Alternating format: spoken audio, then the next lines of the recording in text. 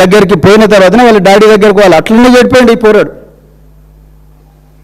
నువ్వు మంచోడో చెడ్డోడో పక్క పెడతాం, పిల్లలందరూ ఒకటే, పెంపక లోపం మేడం, పిల్లలందరూ ఒకటే ఈ ప్రపంచంలో. అందుకొరకే గొప్ప జాన్ లాక్ అనే సైంటిస్ట్ ఏమన్నాడు తెలుసా? తబులా రస అన్నాడు. ఎంప్టీ మైండ్ పిల్లల్ని పెంచే విధానంలో ఉంటుంది. వాడు ఆ రోజు 2023లో మహీంద్రా యూనివర్సిటీలో తన్నినప్పుడే వాడిని పిచ్చి పిచ్చిగా వాడిని కొట్టిండు చూసిండ్రా. తన్నినప్పుడే వాళ్ళ నాయన దండించారు, నువ్వు బయటికి కూడా ఇక్కడ ఉండకురా బిడ్డ, నువ్వు బయటికి నేను కేంద్ర మంత్రి అయినా బయటికి పో అని చెప్పి పంపించుంటే ఈరోజు ఈ అమ్మాయిల పరిస్థితి ఈయన పరిస్థితులు ఉండేది కాదు. రాజకీయాల్లో లేని పిల్లగాన్ని రాజకీయాల్లోకి లేకపోవడమా? ఎట్లా మాట్లాడుతున్నారు మీరు? ఆ అమ్మాయి బాధ అర్థం చేసుకోవడానికి ప్రయత్నం చేయడం లేదు మీరు. ఆ బీజేపీలో ట్రాల్స్ చూస్తే అసలు మీకు ఎట్లా అనిపిస్తుందండి నాకు అర్థం కాదు. బీఆర్ఎస్ హత్యించామంటారు అంటే మీకు బీజేపీడు అదేవిధంగా కాంగ్రెస్ వాడు మీకు స్క్రిప్ట్ రాసిస్తున్నారు, మీరు మర మనిషిలాగా మాట్లాడుతున్నారు. కవిత గారు, తెలంగాణ సమాజం అంతా కూడా గమనిస్తూ ఉన్నది. మళ్ళీ ఉల్టా మా అధినాయకులను వాళ్ళందరినీ కూడా ఇష్టం వచ్చినట్టు మాట్లాడుతూ ఉన్నారు. మీకు ఆ అర్హత లేదు, తెలంగాణలో ఒక్క నిమిషం కూడా రాజకీయం చేసే అర్హత లేదు మీకు, తెలంగాణ మహిళల మీద ఇది లేనప్పుడు. ఎనివే ఈ ప్రెస్ కాన్ఫరెన్స్ కవిత గారి గురించి కాదు, కానీ నేను ఒక మాట చెప్పాలనుకుంటే ఆమె నిన్న చాలా ఘోరంగా కామెంట్ చేశారు కాబట్టి నేను ఈ విషయం చెప్పాలనుకున్నాను. ఎనివే, సో ఈ అమ్మాయి మీద వస్తున్న ట్రాలింగ్ ఆపమని చెప్పేసి ఆ తల్లి ఈరోజు అడిగారండి. సో నేను తెలంగాణ డీజీ గారికి మళ్ళొకసారి రిక్వెస్ట్ చేస్తున్నాను, ఎందుకంటే రేవంత్ రెడ్డి గారి ముందుకు చెప్పడం అంటే చెవిటోళ్ళ మీద శంఖపోయినట్టే. సో దీనికి ఒక లీగల్ ఫ్రేమ్వర్క్ ఉందండి. డీజీ ఉమెన్ సేఫ్టీ ఒక మంచి పేరున్న ఆఫీసరు, ఆమె చాలా గొప్పగా పనిచేశారు. అదేవిధంగా మరి డీజీ సైబర్ సెక్యూరిటీ బ్యూరో, నేను మళ్ళీ మీకు కూడా రిక్వెస్ట్ చేస్తున్నాను మేడం, మీరు బీఆర్ఎస్ వాళ్ళు నల్లబాలు లేకపోతే వాళ్ళు వీళ్ళు కేటీఆర్ గారు వీళ్ళందరి మీద కూడా ఈ ఫేక్ కేసులు ఫాల్స్ కేసులు పెట్టడం బదులు ఈ దొంగల మీద పెట్టండి మేడం, ఈ బీజేపీ దొంగల మీద, ఐటీ సెల్ వాళ్ళ మీద మీకు రిక్వెస్ట్ చేస్తున్నాను నేను. మీరు ఎక్కడెక్కడో పంపిస్తారు. టీజీ సైబర్ సెక్యూరిటీ బ్యూరో ఇలాంటి నేరాలు తగ్గించాలని నాడు కేసీఆర్ గారు పెట్టారు, కానీ ఈరోజు మీరు ఆ పని చేయాలని చెప్పి కోరుకుంటున్నా. మరి పవర్స్ ఆఫ్ పోలీస్ మీకు తెలియకపోతే దయచేసి తెలుసుకోండి. నేను మీ దగ్గరకు వచ్చి మీ దగ్గర క్లర్క్గా పనిచేయమన్నా చేస్తాను మేడం, అబ్సల్యూట్లీ నాకేం ప్రాబ్లం లేదు. నేను అడిషనల్ డీజీగా రిటైర్ అయినా, కానీ ఈ బిడ్డ కోసం, తెలంగాణలో ఉండే లక్షలాది బిడ్డల కోసం, నిస్సహాయంగా మౌనంగా ఆరోధిస్తున్న లక్షలాది బిడ్డల కోసం నేను మీ దగ్గర క్లర్క్గా పనిచేయమన్నా పనిచేస్తాను, స్టెనోగా పనిచేయమన్నా పనిచేస్తాను. కానీ మీ పవర్స్ తెలుసుకోండి. ప్రతి పోలీస్ ఆఫీసర్ కూడా చట్ట ప్రకారం ఈ మైనర్ల సంబంధించిన ఈ వీడియోలు కానీ ఇవన్నీ కూడా చెప్పాలంటే, వాటిని ఆపాలంటే మొట్టమొదట సైబర్ క్రైమ్ సెల్స్ ఉంటాయండి, మీ అందరి దగ్గర ఉండే సైబర్ క్రైమ్ సెల్స్. అదేవిధంగా మీరు ఈ వీడియోలు సర్క్యులేట్ చేసే వాడిని డైరెక్ట్ వారెంట్ లేకుండానే అరెస్ట్ చేయొచ్చు, మీకు ఆ పవర్ ఉంది. మూడవది, మీకు వాళ్ళ కంప్యూటర్స్ వాళ్ళ మొబైల్ ఫోన్స్ గుంజుకొని లోపల పడేసే పవర్ ఉంది, search and seizure according to section 80 of IT act. అదేవిధంగా వాళ్ళకు లీగల్ నోటీస్ ఇష్యూ చేయొచ్చు, అదేవిధంగా ఇంకా చాలా చేయొచ్చు. అర్థమైందా? సో అదేవిధంగా డేటాను ట్రాక్ చేయడం కోసం కూడా మీకు భారతీయ నాగరిక సురక్షా సంహిత BNSS చాలా పవర్స్ ఇచ్చింది. ఓకే, సో అదేవిధంగా మీకు ఎమర్జెన్సీ కంటెంట్ అంటే ఈ అమ్మాయికి నిజంగా ప్రాణాలకు ప్రమాదం వస్తుంది అనుకుంటే మీరు ఎమర్జెన్సీ కంటెంట్ టేక్ డౌన్ చేయొచ్చు, అంటే వాళ్ళకి రాసి 69A ఐటీ యాక్ట్ MIT కింద మీరు చేయవచ్చు. ఇదంతా చేస్తున్నది బీజేపీ ఐటీ ఆర్మీ. వీళ్ళకు ఒక క్యాలెండర్ ఉంటుంది, వీళ్ళకు క్యాలెండర్ అది. సోమవారం ఇన్స్టాగ్రామ్, మంగళవారం ఫేస్బుక్, బుధవారం యూట్యూబ్, గురువారం ట్విట్టర్. ఈ విధంగా క్యాలెండర్ ప్రకారం ఈ అమ్మాయిని నాశనం చేయడానికి ప్రయత్నం చేస్తున్నారు. వీళ్ళను అర్జెంటుగా కట్టడి చేయాలి. మీకు కావాలంటే నేను మళ్ళీ ఇప్పుడే చెప్తున్నా, మీ దగ్గర అద్భుతమైన పనివంతులు ఉన్నారు. మీకెందుకో ముఖ్యమంత్రి రేవంత్ రెడ్డి గారు, హోంమంత్రి రేవంత్ రెడ్డి గారు వారు మీకు డైరెక్షన్ ఇవ్వడం లేదు. అందుకొరకే మీరు ఇంకెవరో చెప్తారా ఏం చెప్తారా అని చూస్తున్నారు. మీరు నిజంగా ఇప్పటికల్లా కంటెంట్ పోయి ఉండాలి, కానీ ఇప్పటికి కూడా ఇన్ని హ్యాండిల్స్ అండి, ఇన్ని హ్యాండిల్స్ నుంచి ఈ అమ్మాయికి వ్యతిరేకంగా కంటెంట్ పోతా ఉన్నది. జోర్దార్ సంతోష్ ఇన్స్టాగ్రామ్లో పోతున్నది, నేను ఇస్తాను మీకు, నేను ట్విట్టర్లో కూడా పెడతాను, మీడియా కూడా ఇస్తాను. Vasireddy Thodupunuri A1 TV Magadha news, ఆమె అయితే రన్నింగ్ కామెంటరీ ఇస్తుంది, ఆమె ఎవరో యూట్యూబ్లో. అసలు ఇక అది వినడం, నేను ఎందుకు ఎమోషనల్ అయ్యానంటే, అసలు వినడం అంటే ఒక తండ్రి బిడ్డ గురించి కామెంట్స్ వస్తే ఎట్లా బాధపడతారండి, ఆ విధంగా బాధపడే విధంగా వీళ్ళు రాస్తున్నారు. అదేవిధంగా Magadha news, Bharat BJP IT cell direct బరి తెగించిండ్రు బీజేపీ వాళ్ళు అయితే.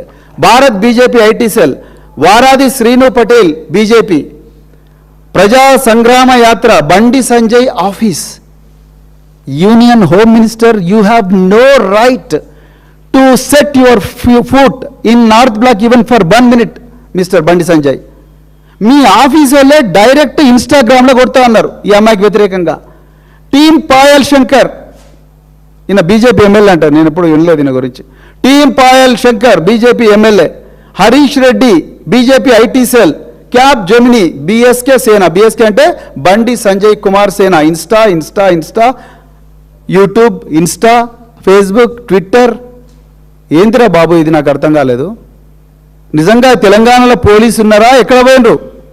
Station house officer, you can directly write to all these media companies, ఎక్కడ పోయింది అబ్బా అది, yeah, to all these media companies you can directly write. నేను ఇంతకుముందే చెప్పిన మీకు, మీకు ఇంతకుముందే చెప్పిన, subject immediate take down of defamatory content, identity disclosing content targeting minor victim, FIR number 684/2026 paid by Shirabad, urgent action required from Director General of Police Women Safety to the grievances nodal officers of Meta Corp, YouTube, India operations etc. అంతా మీకు తెలుసండి, నేను కొత్త చెప్పేది ఏం లేదు. Section 23 of POCSO Act prohibits disclosure of identity of child victim, punishable offence. Section 24 of Juvenile Justice Act 2015, IT Rules 2021, ఇవన్నీ కూడా డైరెక్ట్ పెట్టి వానికి కొడితే ఒక్క నిమిషంలో ఉచ్చవేసుకుంటా వాడు అన్నీ తీసేస్తాడు.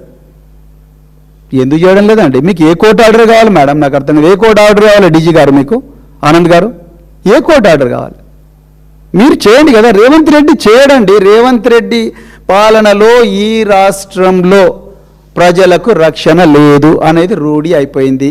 పట్టపగలే ఈ నగరం నడిబొడ్డునే నేపాలీ గ్యాంగ్ వచ్చి, కల్పన అనే ఒక డొమెస్టిక్ హెల్ప్ వచ్చేసి ఒక డీజీ ర్యాంక్ రిటైర్డ్ డీజీ వాళ్ళ ఇంట్లో చొరబడి మేడంను హత్య చేశారు. ఇంతవరకు ఆ కల్పన దొరకలేదు.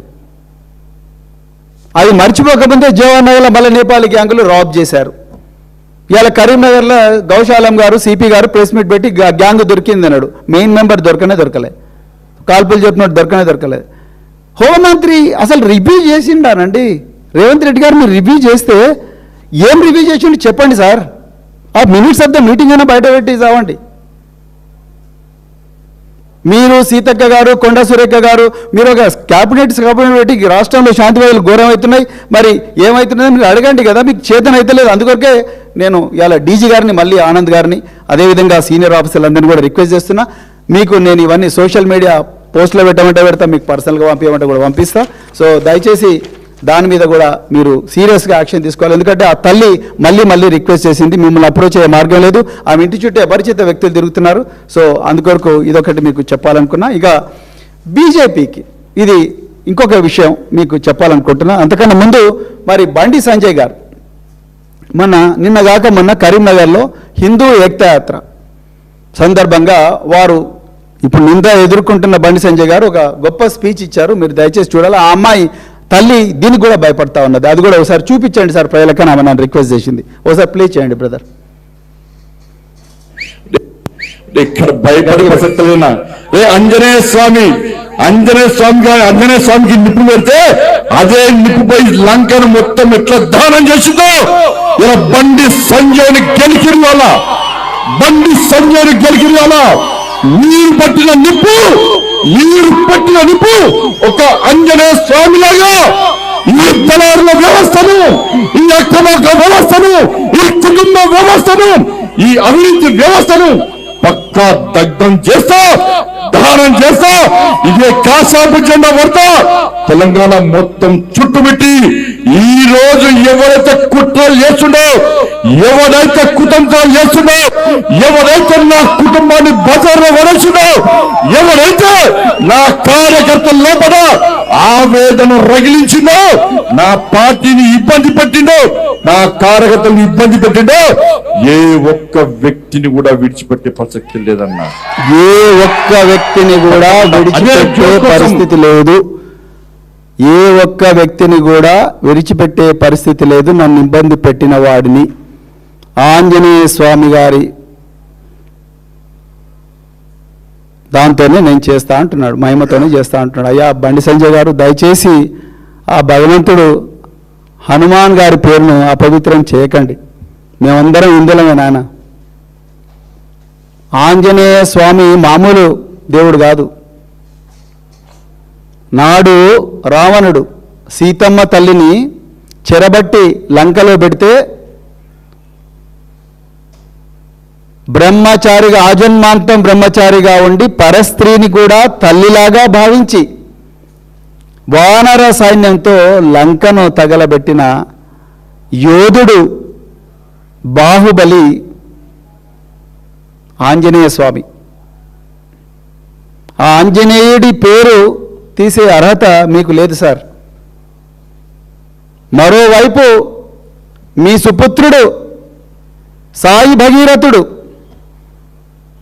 మైనర్ బాలికలు అని వాళ్ళందరినీ కూడా షరతులు పెట్టుకొని ఉచ్చులో వేసుకొని ఆ అమ్మాయిలతోని, అమాయకమైన అమ్మాయిలను ఉచ్చులో వేసుకొని ఎమోషనల్గా రకరకాల మెసేజ్లు పెడుతూ వాళ్ళని ఎమోషనల్గా బ్లాక్మెయిల్ చేస్తూ వాళ్ళందరినీ రకరకాల ఫామ్ హౌస్ల్లో, బేస్మెంట్లలో, సర్వీస్ అపార్ట్మెంట్లో